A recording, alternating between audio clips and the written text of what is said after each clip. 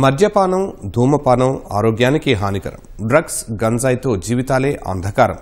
అయినా పరిస్థితి మాత్రం ఊహించని దానికంటే ప్రమాదకరంగా మారుతూనే ఉంది. మద్యం, సిగరెట్ అంటూ మొదలవుతున్న వ్యసనాల ఊబి చేస్తున్న చేటు అంతా ఇంత కాదు. బాధాకరమైన విషయం ఏంటంటే 15 ఏళ్ల వయసులోపై మత్తుకు బానిసలై చేజేతులా ప్రాణాలు కోల్పోతున్న వారు రోజురోజుకు పెరుగుతున్నారు. హైదరాబాద్లోని బాలాపూర్లో మత్తు ఇంజెక్షన్ తీసుకుని ఇంటర్ విద్యార్థి మృతి చెందిన ఘటనే ఇందుకు మరో ఉదాహరణ. మరి ఈ మత్తు మహమ్మారి నుంచి బయటపడే మార్గాలే లేవా? చిన్నతనంలోనే మత్తు పదార్థాల బారిన పట్టానికి గల కారణాలేంటి? డ్రగ్స్, గంజాయి ఉత్పత్తి, సరఫరా జరగకుండా ప్రభుత్వాలు ఎలాంటి చర్యలు తీసుకుంటున్నాయి?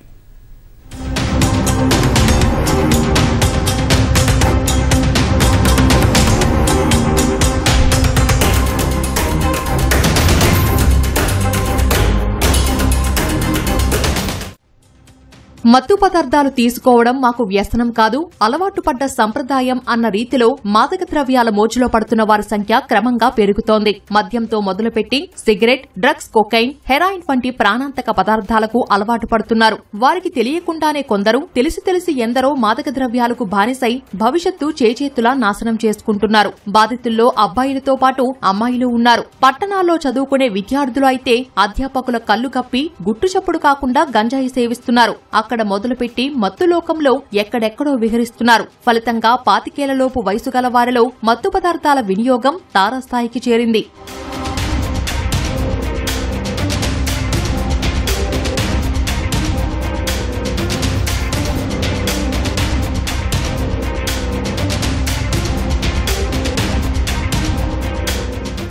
కొందరు విద్యార్థులు పాఠశాల స్థాయి నుంచే గంజాయి కోరల్లో చిక్కుతున్నారు. సరదా కోసం ప్రారంభించి క్రమంగా వాటికి బానిసలుగా మారుతున్నారు. దీంతో చదువులో వెనుకబడి పూర్తిగా విద్యాభ్యాసానికే దూరమవుతున్నారు. అంతటితో ఆగక డ్రగ్స్ విక్రయించేందుకు దొంగతనాలు, అక్రమాలు చేస్తూ అప్రతిష్ట పాలవుతున్నారు. మాదక ద్రవ్యాల మత్తులో హత్యలకు పాల్పడుతూ జైళ్లకు వెళ్తున్నారు. అందివచ్చిన కుమారుడు అక్రమదారిలో నడవటం చూసి తల్లిదండ్రులు ఆందోళన చెందుతున్నారు. కొన్ని సందర్భాల్లో బాధితులు డబ్బుల కోసం తల్లిదండ్రులపైనే దాడి చేస్తూ విచక్షణారహితంగా ప్రవర్తిస్తుండడం వారిని మరింత బాధిస్తోంది. డబ్బులివ్వకపోతే చంపేస్తా లేదా చచ్చిపోతా అని బెదిరింపులకు పాల్పడుతున్నారు. గత్యంతరం లేని తల్లిదండ్రులు ఆ క్షణంలో వారు అడిగింది చేస్తున్నారు. కన్నపేగును తెంచుకోలేక, ఇంట్లో ఉంచుకోలేక దిక్కుతోచని స్థితిలో సతమతమవుతున్నారు.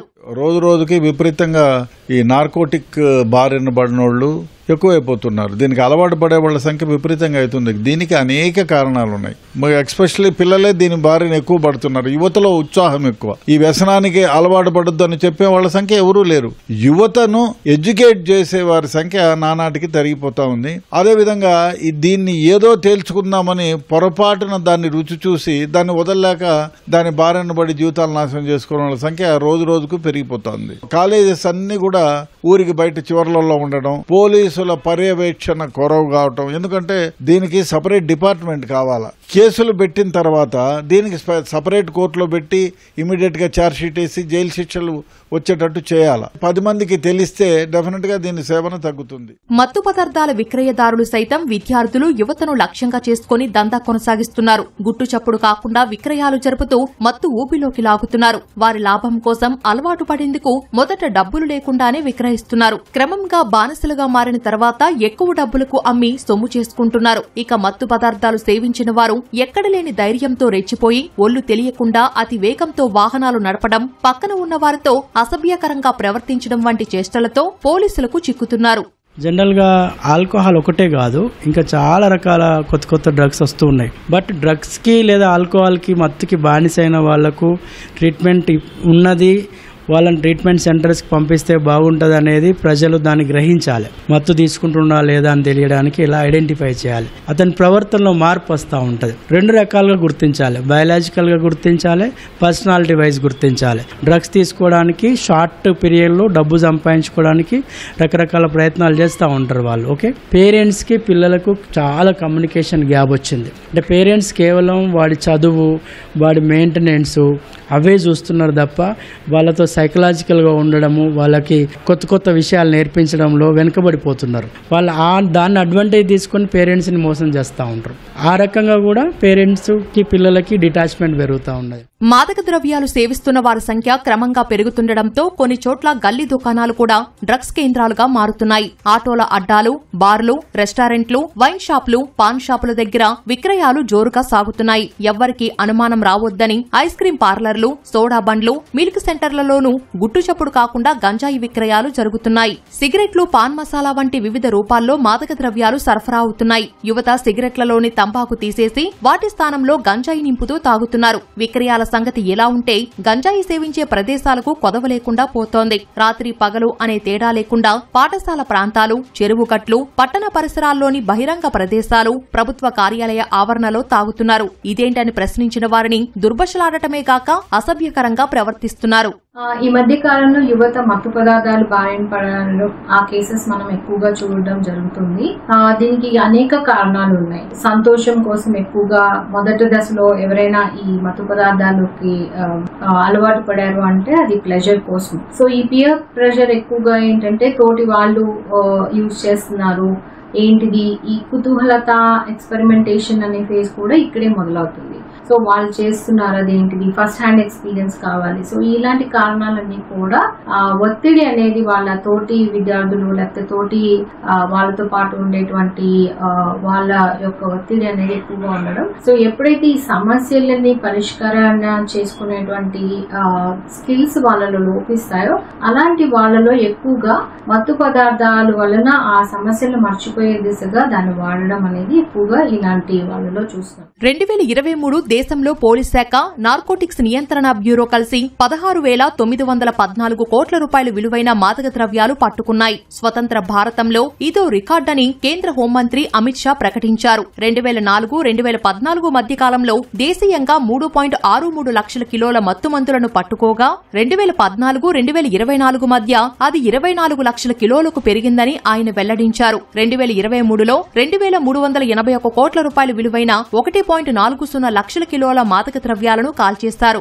వాటిలో హైదరాబాద్ ఎన్సీబీ యూనిట్ పట్టుకున్నవి 6,590 కిలోలు. 2014-24 మధ్యకాలంలో పట్టుబడిన మాదక ద్రవ్యాల్లో మొత్తం 54,851 కోట్ల రూపాయలు విలువైన వాటిని దహనం చేశారు. అధికారులు 1 కిలో మాదక ద్రవ్యాలను స్వాధీనం చేసుకుంటే వారికి తెలియకుండా చేతులు మారినవి 10 కిలోలు ఉంటాయన్న వార్తలు వినిపిస్తున్నాయి.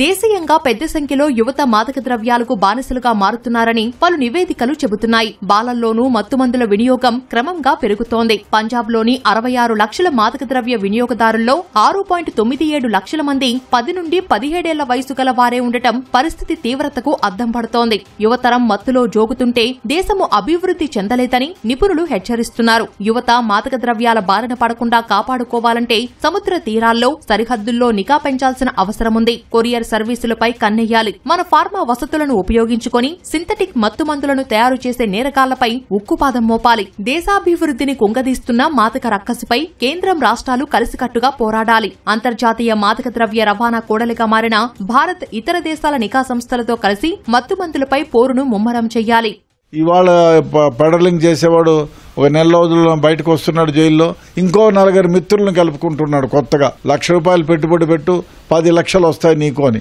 ఎక్కువ డ్రగ్ సేల్ అవ్వడానికి, అదేవిధంగా దాన్ని వినియోగదారుల సంఖ్య కూడా విపరీతంగా పెరగడానికి కారణాలు. ప్రజల్లోకి తీసుకెళ్లి ఇప్పుడు మనకి ఎయిడ్స్ గురించి మనం ఎంత గొప్పగా అడ్వర్టైజ్మెంట్లు ఇచ్చాము. సో ఏ విధంగా ప్రజల్ని ఎడ్యుకేట్ చేశాము, ఆ విధంగా ప్రజల్లోకి చేరవేశాం. అదేవిధంగా నార్కోటిక్స్ గురించి సేవిస్తే ఏ విధంగా జీవితాలు నాశనం అవుతాయి, దానివల్ల సంసారాలు ఏ విధంగా నాశనం అవుతుంది, ఆరోగ్యాలు ఏ విధంగా నాశనం అవుతాయి, అదేవిధంగా జైలు శిక్షలు ఏ విధంగా పడతాయి, ఇవన్నీ కూడా ప్రజలకు చేరవేయాలి. దానికి ఎలక్ట్రానిక్ మీడియా, ప్రింట్ మీడియా, ప్రభుత్వాలు, స్కూళ్లు, కాలేజీల్లో, తల్లిదండ్రులు అందరూ ఏకబిగిన చేయాలి. ఈ విధంగా చేయగలిగితే ప్రజలకి అది చేరిపోతుంది. సో ఎవరు సేవించరు. అందరూ కలిసికట్టుగా ఒక ఉద్యమం లాగా ముందుకొస్తే డెఫినెట్ గా ఈ మహమ్మారి నుంచి ప్రజల్ని కాపాడవచ్చు.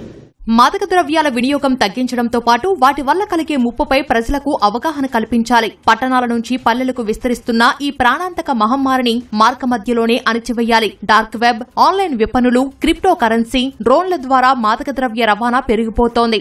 గతంలో పొరుగు దేశాల నుంచి నల్లమందు, హెరాయిన్ వంటివి భారత్కు వచ్చి ఇక్కడి నుంచి ఆస్ట్రేలియా, పశ్చిమాసియా, ఆఫ్రికాలకు రవాణా అయ్యేవి. ఇప్పుడు అలా వచ్చిన వాటిలో 60% విదేశాలకు వెళ్తుంటే 40% ఇక్కడే వినియోగమవుతున్నాయి. వీటిని అరికట్టాలి. ఉత్పత్తి, సరఫరా చేస్తున్న వారిపై కఠిన చర్యలు తీసుకుని కటకటాల పాలు చేయాలి. అప్పుడే మాదక ద్రవ్యాలు సేవించే వారి సంఖ్య తగ్గుతోంది. వీటితో పాటు మత్తుకు బానిసలైన వారి కోసం పునరావాస కేంద్రాలు ఏర్పాటు చేసి బాధితులను మామూలు స్థితికి తీసుకురావాలి. ఇప్పుడు గంజాయి లేకుండా డ్రగ్స్ తీసుకునే వాళ్ళకు బ్రెయిన్ డ్యామేజ్ అవుతుంది. ఆల్కహాల్ ఎక్కువ తీసుకునే వాళ్ళకు మిగతా ఆర్గన్స్ డ్యామేజ్ అవుతూ ఉంటాయి. వాళ్ళు తీసుకునే డ్రగ్ను బట్టి ఆ డ్యామేజ్ అనేది డెవలప్ అవుతూ ఉంటుంది. ఈ డిపెండెన్సీ అయిన వాళ్ళకు, బానిస అయిన వాళ్ళకు ఏకైక మార్గం డి అడిక్షన్ సెంటర్లో ట్రీట్మెంట్ తీసుకోవడమే. లేకుండా ఖచ్చితంగా క్రైమ్కైనా లోన్ అవుతాడు, లేకుండా సూసైడ్ చేసుకుంటాడు, లేకుంటే రకరకాల జబ్బులు వచ్చేసి అతనికి క్షీణించిపోయే అవకాశం ఉంటుంది. ఇక్కడ పేరెంట్స్ బాగా గమనించాల్సిన విషయం ఏంటంటే, ఇప్పుడు అతను దుబారాగా డ్రగ్ కోసం చాలా డబ్బులు, ఒక కుటుంబానికి సంబంధించిన డబ్బులన్నీ వేస్ట్ చేస్తున్నాడు. దాన్ని ఇమీడియట్గా గమనించేసి సైకాలజిస్టులకు కానీ, సైకియాట్రిస్టులకు కానీ, డి అడిక్షన్ సెంటర్స్ కానీ ముందే పసిగట్టి డి అడిక్షన్ సెంటర్ని అప్రోచ్ అయితే ఆ వేస్ట్ డబ్బును ప్రాపర్గా, పర్పస్ఫుల్గా ఖర్చు పెట్టుకోవచ్చు. ఎర్లీ ఏజ్లో, ఎర్లీ టైంలో ఆ పిల్లవాడి సమస్యను బాగా తొందరగా గమనించి సరైన సైంటిఫిక్ నిర్ణయం అనేది తీసుకోవాలి. తల్లిదండ్రులు ఎన్నో కష్టాలు పడి 25 ఏళ్లు పెంచిన కుమారులు అడ్డదారులు తొక్కుతూ చెడు స్నేహాలతో వ్యసనాల బారిన పడుతుంటే తల్లిదండ్రులు తీవ్ర మనోవేదనకు గురవుతున్నారు. నవమాసాలు మోసిన అమ్మకు ఒక్కో మెట్టు ఎక్కించడానికి ముప్పు తిప్పలు పడ్డ నాన్నకు పుత్రశోకాన్ని మిగిల్చడమే కాక వారి పట్ల కర్కసత్వాన్ని ప్రదర్శిస్తుంటే చూసి తట్టుకోలేకపోతున్నారు. ఈ నేపథ్యంలో భారత్ని 2047 కల్లా మత్తు పదార్థ రహిత దేశంగా మార్చడానికి అంతా సమిష్టిగా కృషి చేయాలని హోంమంత్రి అమిత్ షా పిలుపిచ్చారు. ఇందుకోసం ప్రభుత్వాలే కాక ప్రజలు కూడా తమ వంతు బాధ్యతగా వ్యవహరించాలి. వ్యసనాల బారిన పడుతున్న వారిని ఆదిలోనే గుర్తించి డి అడిక్షన్ సెంటర్లకు పంపించాలి. అప్పుడే మత్తురహిత భారతం నిర్మితమై మనమంతా ప్రశాంతంగా జీవిస్తాం.